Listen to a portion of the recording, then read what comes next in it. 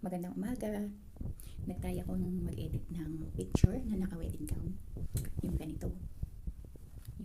Trinay ko lang sa sarili ko. Open natin yung ChatGPT. Then upload picture. Photos sa gallery. Yan guys.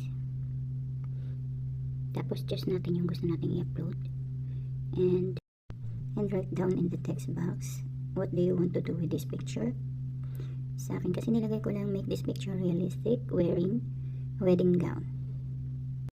Or any attire naman mga loads, pwede dyan. So ayan, pagkatapos natin magsulat, isend na natin for processing. Hintayin lang natin. Minsan mabagal, minsan mabilis. So ayan ang result guys. Hindi natin kamukha yung lumabas na edit picture. So kailangan natin yun i-edit sa Remake Me. Para mag-swap face sa original face, punta tayo ng box, upload. Then upload your original face doon sa may bilog sa baba. Ayan. So, heto na guys. Kung may patalastas, tapusin. And then, alin na. Save lang. Download the image para sa gallery. Salamat.